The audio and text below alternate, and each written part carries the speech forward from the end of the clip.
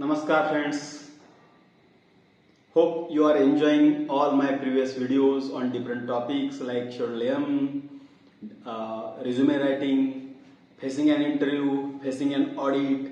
Last topic was QC related do's and don'ts of chromatography. Please do visit all these videos for better understanding about the various topics required in the pharma industry. Today we are going to discuss on yet another topic, that is from the microbiological section, microbiological analysis in the pharma industry.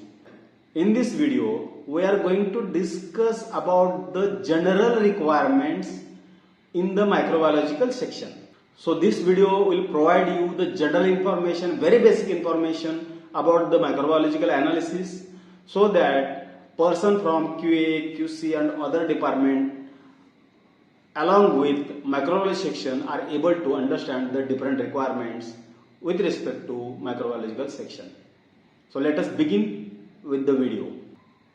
Common microbiological analysis or common microbiological activities include microbial limit test, water analysis and its trending, environmental monitoring and its trending, qualification, validation of autoclave, area validation, area qualification, compressed air analysis, water analysis, handling of microbial culture, growth promotion test.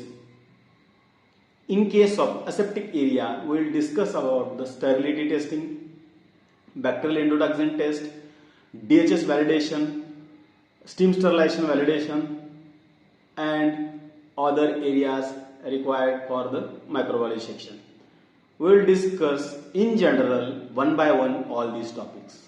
First of all, let us discuss about the microbiological limit test, that is MLT. We usually hear from anyone कि MLT release नहीं हुआ इसलिए batch hold है, MLT को 5 दिन लगता है इसके लिए बैच होल्ड है. तो व्हाट इज MLT? MLT है क्या ये चीज? तो MLT is microbial limit test. इसमें क्या होता है, इसमें अपने को 3 बेसिक टेस्ट करने होते हैं. One is total aerobic microbial count, that is TAMC. दूसरा होता है total yeast and mould count, sometime it is called as total fungal count. और उसके बाद pathogens. Pathogens means disease causing organisms.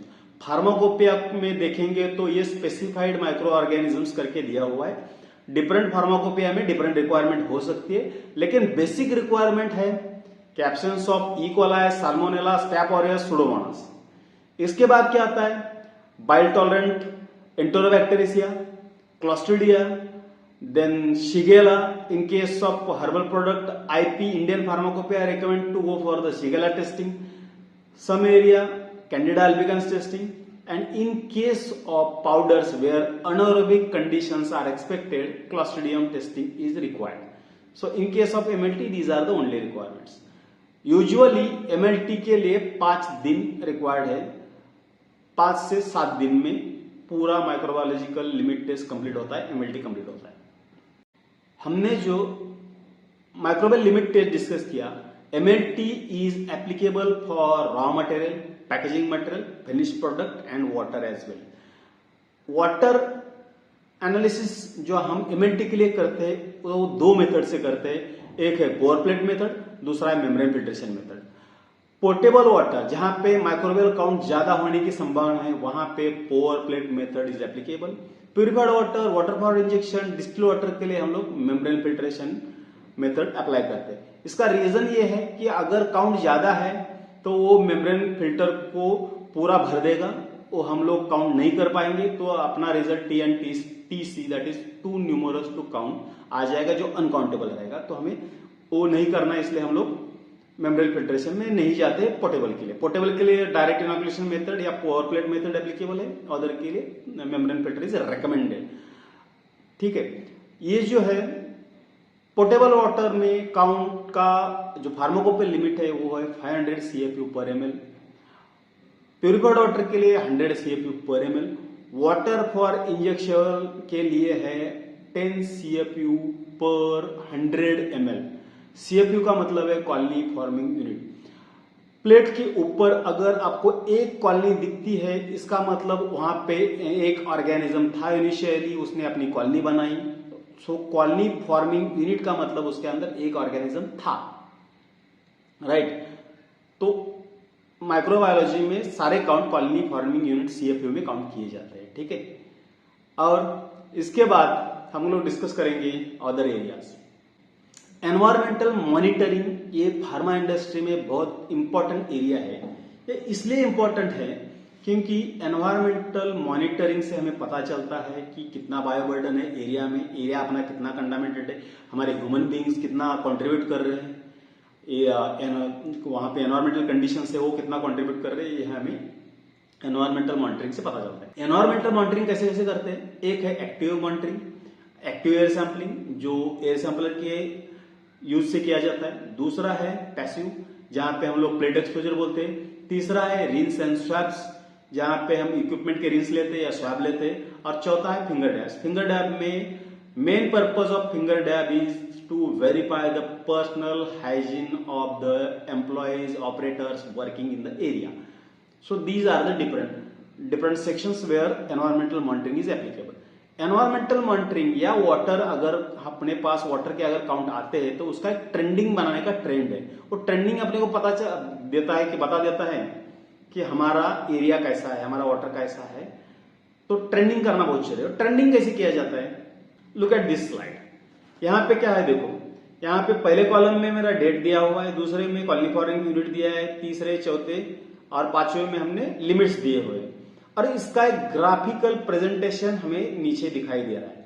तो हमें पता चल जाएगा कि हमारा जो एनवायरमेंट है वहां कहां पे जा रहा है। अपने लिमिट के अंदर है, अलर्ट लिमिट के अंदर है, कि एक्शन की जरूरत है, कि पूरा लिमिट क्रॉस कर गया। अगर लिमिट क्रॉस कर गया है तो हमें केयर करने की बहुत जरूरी है। लिमिट क्रॉस ना करें इसके लिए हमने अलर्ट लिमिट सेट किए। ये एक एक एरिया का ऐसा अगर आप एक एक महीने का या साल का भी ट्रेंड बनाएंगे तो एक झटके में एट अ ग्लांस आपको पता चल जाएगा कि आपके एरिया की कंडीशंस क्या है। सो environmental monitoring and it's trending is very very essential in pharma industry. ये अनदर टॉपिक एक ये है कि जहां पे हमें मीडिया की ग्रोथ प्रमोशन टेस्ट करनी पड़ती है। ये ग्रोथ प्रमोशन टेस्ट क्या है? Growth promotion test is also known as nutritional adequacy testing, growth potential testing, fertility testing of the media, media challenge. Media challenge testing या nutritional testing का मतलब यह है कि आपका मीडिया ग्रोथ के लिए सपोर्ट करता है कि नहीं करता है। करता है तो एडिक्वेट करता है कि नहीं करता है, ये देखने के लिए जीपीटी ग्रोथ प्रमोशन टेस्ट किया जाता है, which confirms the media's ability to support the growth. इसमें क्या होता है? अप्रॉक्स 100 कॉलोनी फॉर्मिंग यूनिट का इनोकुलम कल्चर का मिक्सचर वो रिस्पेक्टिव मीडिया में डाला जाता है। आइडियली कम से कम 5 डिफरेंट स्ट्रेंथ आप यूज करो मीडिया प्रमोशन टेस्ट के लिए। ये फार्माकोपियल रिकमेंडेशन है। फार्माकोपिया में जितने भी स्ट्रेन्स आप अगर फार्माकोपिया ओपन करेंगे तो उसमें दिया हुआ है कि इतने इतने ये मीडिया के लिए ये स्ट्रेन यूज करो, उसका पूरा का पूरा टेबल दिया हुआ है, उसके हिसाब से ये टेस्ट किए जाते हैं। इसके बाद handling of microwave culture. I believe many of microbiologist also don't understand the exact meaning of microwave culture. Microbial culture meaning a microbial culture is a method of multiplying microbial organisms by allowing them reproduce in predetermined culture medium under controlled laboratory conditions। मतलब क्या है? उनका population बढ़ने देना, इसका मतलब है culturing. हमने एक कल्चर में एक सर्टन अमाउंट ऑफ इनोकुलम डाला, उसको बढ़ा दिया, that means we have created the culture, microbial culture, right? Mostly we procure cultures recommended by pharmacopoeia, that is ATCC culture pharmacopoeia में दिया रहता है कि E. coli का इतना ATCC है, स्टैप का इतना ATCC है, सुडोमोनास का ATCC नंबर ये है। तो ये वो ATCC नंबर अगर आप ऐसे कर रहे हो या आप एंटीबायोटिक ऐसे कर रहे हो, विटामिन के ऐसे कर रहे हो, तो उसके लिए अलग अलग कल्चर रिकमेंड होते हैं, उनके ATCC नंबर अलग अलग होते हैं। तो व्हाट इज एटीसीसी? एटीसीसी का मतलब यह है कि अमेरिकन टाइप कल्चर कलेक्शन। ये जो एटीसीसी है ये क्या है? It's private non-profit organization dedicated to the acquisition, preservation, authentication and distribution of diverse biological materials. ये जो ATCC कल्चर्स है ये हमारे इंडिया में NCIM हमें प्रोवाइड करता है. NCIM is a branch of National Chemical Laboratory Pune. So India में जो भी है कल्चर्स वो NCIM से नंबर से जाने जाते हैं. That is national collection of industrial micro organism. वो जो NCIM है पुणे का वो अपना खुद का नंबर देता है. वो ATCC के साथ कोरिलेट करके हमें उनको बताना पड़ता है, तो उसके हिसाब से वो देते हैं. और जो ये ATCC है ये वर्ल्ड वाइड कल्चर का सबसे बड़ा बैंक है और इसमें हमें 5 पैसेजेस तक ही कल्चर हम यूज कर सकते हैं. फॉर एग्जाम्पल हमारे पास एक स्लांट आया तो पैसेज 2 का स्लांट आता है. उसके बाद हमने सब कल्चर किया तो पैसेज 3 हो गया. पैसेज 3 से हमने सब कल्चर किया तो पैसेज 4 हो गया और पैसेज 4 से किया तो पैसेज 5 हो गया. मैक्सिमम 5 बार हम उसको सब कल्चरिंग कर सकते हैं. राइट. तो ये है another area in the microbiology section. यहाँ पे हम लोग कंप्रेस्ड एयर का एनालिसिस भी करते हैं. कंप्रेस्ड एयर का एनालिसिस इसलिए करते हैं कि many time compressed air product के डायरेक्ट कांटेक्ट में आता है. कंप्रेस्ड एयर के लिए केमिकल, फिजिकल बहुत सारे टेस्ट है. मैं यहाँ पे खाली माइक्रोबायोलॉजिकल टेस्ट के बारे में बात कर रहा हूँ. माइक्रोबायोलॉजी में हमको उसका MLT ही करना है, mainly total viable count. In some cases pathogens also tested for the absence of those pathogens in the compressed air. And moisture content. Moisture content यहाँ पे मापना नहीं है अपने को, जस्ट है कि नहीं है. That is only a very simple test. Filter paper के ऊपर अपने को कंप्रेस्ड एयर डालना है, वो अगर मॉइस्ट होता है तो देखना है. That is the only requirement in case of microbiology. Other test are there like absence of carbon monoxide और ड्यू पॉइंट. वो टेस्ट में यहाँ पे डिस्कस नहीं कर रहा हूँ. इसके बाद एक बेहद बड़ी रिक्वायरमेंट है temperature mapping of incubators, temperature mapping of autoclaves, temperature mapping of DHS that is dried steriliser. हमारे केस में टेम्परेचर मैपिंग ऑफ इंक्यूबेटर्स जो है वो ज्यादा इंपॉर्टेंट है क्योंकि वो जनरली हर एरिया में इंक्यूबेटर, हर माइक्रोबायोलॉजी लैब में इंक्यूबेटर मस्ट है. टेम्परेचर मैपिंग को थर्मल मैपिंग भी बोलते हैं. It is a process of installing data loggers, sensors और thermocouples throughout a unit और area to monitor and analyse temperature distribution. ये टेम्परेचर मैपिंग हमें ये डेटा प्रोवाइड करता है कि आपके इंक्यूबेटर के अंदर, आपके चेंबर के अंदर, आपके ऑटोक्लेव के अंदर जो भी टेम्परेचर है वो यूनिफॉर्म डिस्ट्रीब्यूट हुआ है कि नहीं हुआ है. अगर नहीं हुआ है तो उसका हॉटस्पॉट कहाँ पे है, कोल्ड स्पॉट कहाँ पे है, कौन सा स्पॉट सबसे पहले अचीव होगा, कौन सा स्पॉट सबसे लास्ट में अचीव होगा for desired temperature. In case of autoclave आपने को 121 डिग्री सेल्सियस टेम्परेचर चाहिए तो सारे सेंसर जितने भी उनका टेम्परेचर 121 पे अचीव होने के बाद ही हमारा साइकिल हम कंसिडर करते हैं. तो उसके लिए टेम्परेचर मैपिंग करना जरूरी है. और रेगुलर में जो भी अपना कोल्ड स्पॉट होगा या हॉट स्पॉट होगा वो मॉनिटरिंग करते हैं as per need of that particular equipment. बराबर. तो इसमें एक सवाल और पूछा जाता है कि नंबर ऑफ सेंसर्स या नंबर ऑफ थर्मोकपल्स कितने होने चाहिए. जनरली हॉरिजॉन्टल ऑटोक्लेव के लिए 12, वर्टिकल के लिए 8 इज रिकमेंडेड. लेकिन गाइडलाइन के हिसाब से आपका जो वेंडर है उससे साथ डिस्कस करके चेंबर के साइज के हिसाब से आपको नंबर ऑफ थर्मोकपल्स और नंबर ऑफ सेंसर्स लगाने हैं. अगर ये जो टेम्परेचर मैपिंग है किसी भी एरिया का तो आपको कम से कम 3 दिन के लिए करना है. और जो प्रिंटिंग है उसका, अगर इंक्यूबेटर का बात करूं तो प्रिंटिंग आप 30 मिनट्स के इंटरवल पे लगा सकते हैं. आप अगर ऑटोक्लेव का टेम्परेचर मैपिंग कर रहे हैं, DHS का टेम्परेचर मैपिंग कर रहे हैं तो ये के 2 मिनट का करना पड़ेगा क्योंकि 20 या 40 मिनट का साइकिल होता है. और इसके बाद आपको एन्युअली टेम्परेचर मैपिंग करवाना है.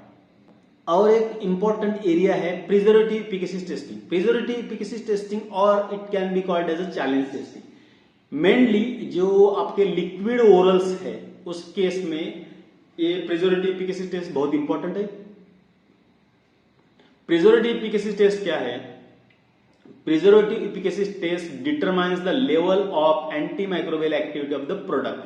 Mainly प्रोडक्ट से ज्यादा जो उसके अंदर प्रिजर्वेटिव डाला हुआ है उसकी एंटीमाइक्रोबियल एक्टिविटी ये चेक करने का तरीका है preservative efficacy testing. It evaluates how well a product withstand microbial contamination during use. हमने प्रोडक्ट पैक किया, लेकिन वो over the period of time up to shelf life उसके अंदर कोई माइक्रोबियल ग्रोथ हो रही क्या, वो नहीं होनी चाहिए, इसके लिए हमने उसके अंदर प्रिजर्वेटिव डाले होते, तो वो कितनी एफिकेसी दे रहा है अपने को, वो दे रहा है क्या डिजायर्ड एफिकेसी, इसके लिए प्रिजर्वेटिव एफिकेसी टेस्ट करते हैं।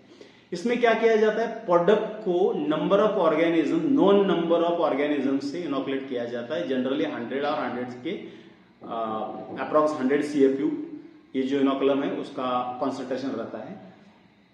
और ये जो प्रोडक्ट है, ये प्रोडक्ट डिजायर्ड प्रिस्क्राइब टेम्परेचर में 28 डेज के लिए रखा जाता है in presence of inoculated micro organism.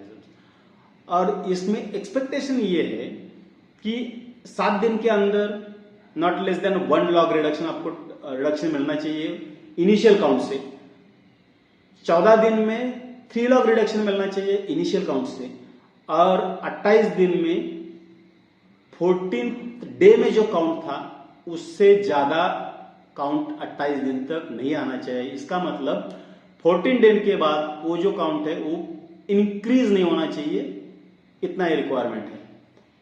यहां पे एक समझने वाली चीज ये है कि 1 लॉग रिडक्शन का मतलब क्या है। 1 log reduction means 90% reduction from the initial count, 2 log reduction means 99% reduction from the initial count।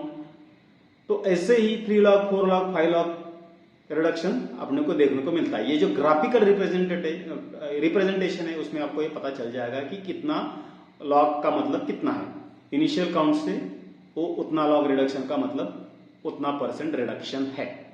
Validation and qualification. In case of validation and qualification, we are going to discuss each and every validation activity separately, which is required in the microbiology area. That is article validation, we are going to discuss separately. Area qualification, we are going to discuss separately.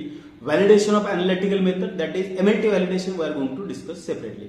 Here only for the understanding that these are the different activities with respect to validation and qualification performed in the microbiology section. In case of parental preparation और स्टरल preparation हमें और एक important चीजें करनी पड़ती है, that is sterility testing. Sterility testing means absence of total organisms, bacterial introduction test, media fill and media simulation. ये जो मीडिया फिल ट्रायल्स है ये वैलिडेशन का पार्ट है।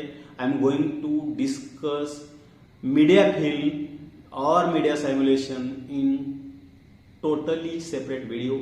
DHS qualification, validation, articular validation, DHS validation, ये अलग topic में लेके आऊंगा, उसमें आप देख लेना। मीनवाइल ये एक्टिविटी होती है माइक्रो डिपार्टमेंट में, इतना भी ध्यान में रखो आप, वो भी सफिशिएंट है at this moment. So friends, that's all. These are the general microbiological activities performed in the any microbiology lab. At the beginning of this video, I explained that this video is a very basic video. I know जो microbiology में काम नहीं करते उनके लिए ये बहुत informative है, और जो माइक्रोबायोलॉजी में काम कर रहे हैं उनके लिए ये बहुत बेसिक है। But to begin microbiology section, I have decided to inform all of you that these are the different activities performed in the microbiology section, so that you can understand what are the different activities performed in the microbiology section. Hope this video is very informative and help you to understand the microbiology section in the pharma industry.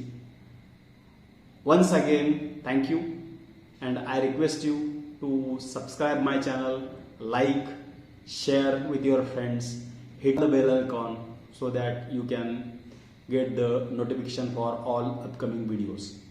Apart from this, आप जो भी topic पे video चाहते हैं मुझसे, वो आप comment डाल सकते हो। I will read that comment. I will try to cover this topic during my all upcoming videos. Thank you friends. Thank you so much.